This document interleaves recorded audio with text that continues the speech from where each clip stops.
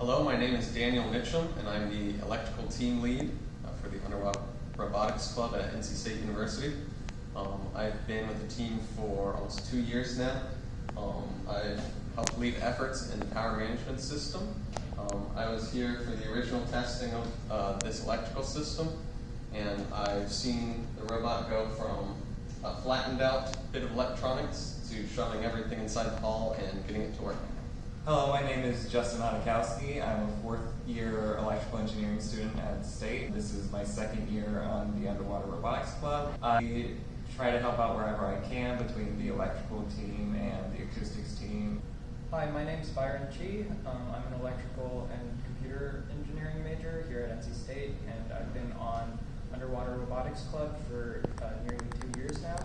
My main project on the team has been working on the optical isolator board. The primary requirements of the power management system are to have a reliable power source, a stable system, and to maintain safety of people surrounding the robot and the robot itself. We need a power source that can provide at least 25 minutes of runtime. The batteries must be within the hull, whether that is the main one or an external set. And multiple batteries provide a redundant power source in case one fails or can increase the runtime of the overall robot. The system on startup should be able to mitigate inrush current and voltage drops due to thruster use, as to prevent brownouts throughout the entire system. And most importantly, the system should remain safe to use and stable enough to be used in the future. There's a kill switch, which is used to protect divers if something goes haywire. Batteries can be isolated from the internal hull to prevent battery failure from destroying other electrical components. And fusing the system can prevent overcurrent draw from the battery and too much current from going into certain electrical components. Our team sought to complete 4 main tasks at RoboSub, those being passing through gate, detecting and following path, touching buoys, and as a stretch goal, doing some octagon tasks. With the relatively new electrical system, our team's strategy was to create a robust and simple electronic system, and there'd be power management system that would allow the rest of the sub-teams to spring off that and make progress towards our other tasks. This methodology is an improvement over past designs where we had an overcomplicated system of custom printed circuit boards. These custom electronics just simply would not work part of the time and would cause bottlenecks for the rest of our sub-teams, impeding progress towards other tasks. Our robot is currently powered by a 1600 milliamp hour LiPo battery. This provides us with a few hours of cool time testing, so it's very good for testing right now. Our robot is fused, the battery itself is fused to 80 amps by an automotive grade breaker. The breaker provides a very easy way for us to trip and reset during testing or in the event of current overdraw. The reason we overspec'd the robot in these regards with a high amperage and a very large battery was because we wanted to avoid potential roadblocks that come with underspecking things like making mistakes during PCB design. If we can circumvent these roadblocks, we can take notes on what we can downsize later after we get things working. To provide power to the motherboard, we chose to use a solid-state relay, also known as an SSR, for its longevity and reliability, because with regular relays you have a mechanical part that switches back and forth, which wears over time, and we didn't want to have an issue where down the line our parts might wear out. Power for a robot can be controlled from outside the hull with a hardware switch or internally using the main electronics board through software.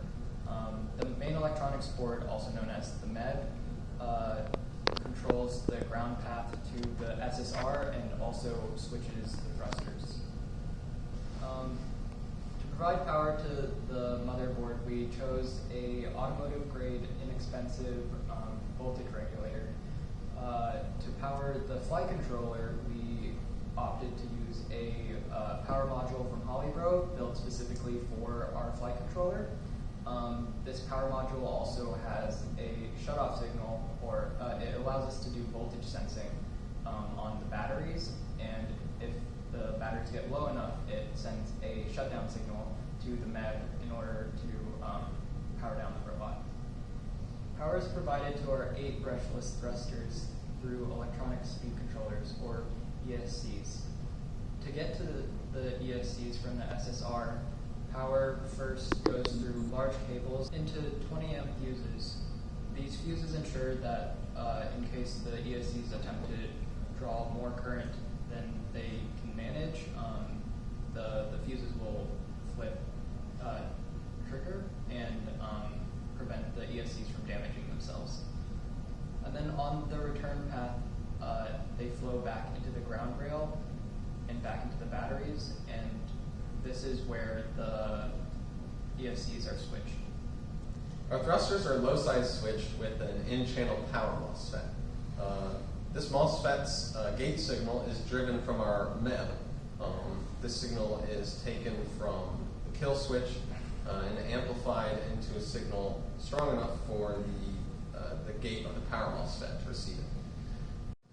The power MOSFET on the ground rail is not the only thing required to switch power to the thrusters successfully.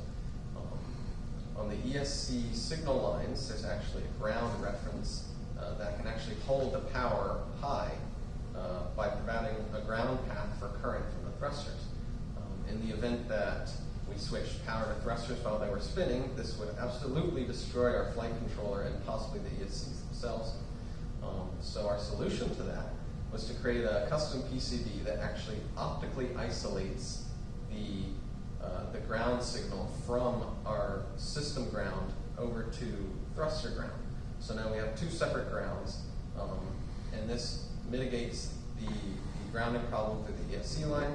This allows us to switch thrusters with just that power MOSFET. In developing the electrical system, we started out with flat sub. Flat sub was the entire electrical system spread out on an acrylic sheet. This allowed for easy testing and modification without having to deal with space and mounting constraints. Once we got flat sub working, we tore it apart and used its components to make our working robot due to a lack of funds. But now that we have more money, our intent is to make a new flat sub with new components for easy testing and prototyping. The goal is for when adding new components, we can easily test them on flat sub, find any problems, solve those, and then add them to the robot. With COVID restrictions taking a heavy toll on our lab access, we were very limited in what we could actually do inside the lab. It was important that we utilize this time, however, because we had a lot to test. And one of the first things on that list was making sure that we tested our new system for inrush current and battery stability. To ensure battery voltage never dipped below our operating conditions, we wanted to measure battery voltage at the 2 times where we knew it would be dipping, those being when we turned power on and when we armed our thrusters. To visualize these moments, we used an oscilloscope to capture transient signals of the voltage at these times. What this allowed us to find was that while we did have some dip in our voltage, it was not a showstopper. It was something that we did want to handle though. So we installed some capacitors and we handled this voltage drop. Once the spring semester started, COVID-19 restrictions were lifted to the point where we could resume pool testing. While there were some rough patches at first, we were able to verify that our power management system was working and all the changes that we had implemented proved to be a stable system. Though COVID-19 prevented us from doing most of the in-person work that we would have liked, it did present the opportunity for remote work and simulation. An in-the-works upgrade to our power management system was planned to replace the 1 large battery in the main hole with 2 separate smaller batteries in 2 separate holes. This would give us more space in the main hole and also minimize damage in the event of an accident with the batteries. Additionally, it would also provide our robot with longer battery life. In order to use 2 batteries, however, we would need a system for balancing the 2 battery voltages to make sure that they were being exhausted at an equivalent rate, which we relied heavily on analog simulation in order to design. Using extensive simulation, we determined what the circuit would need without ever placing our hands on the physical components in person. Our first revision of this load balancing system, PCB, has now been ordered, and once we receive it, we plan on doing extensive testing in order to verify that our simulations were accurate. We need to ensure that the system is able to handle inrush current and voltage dips in the same way that it did in our simulations. And once it's complete, we'll have another component we'll be able to slot into SeaWolf 8 in order to make it an even better competitor at RoboSub.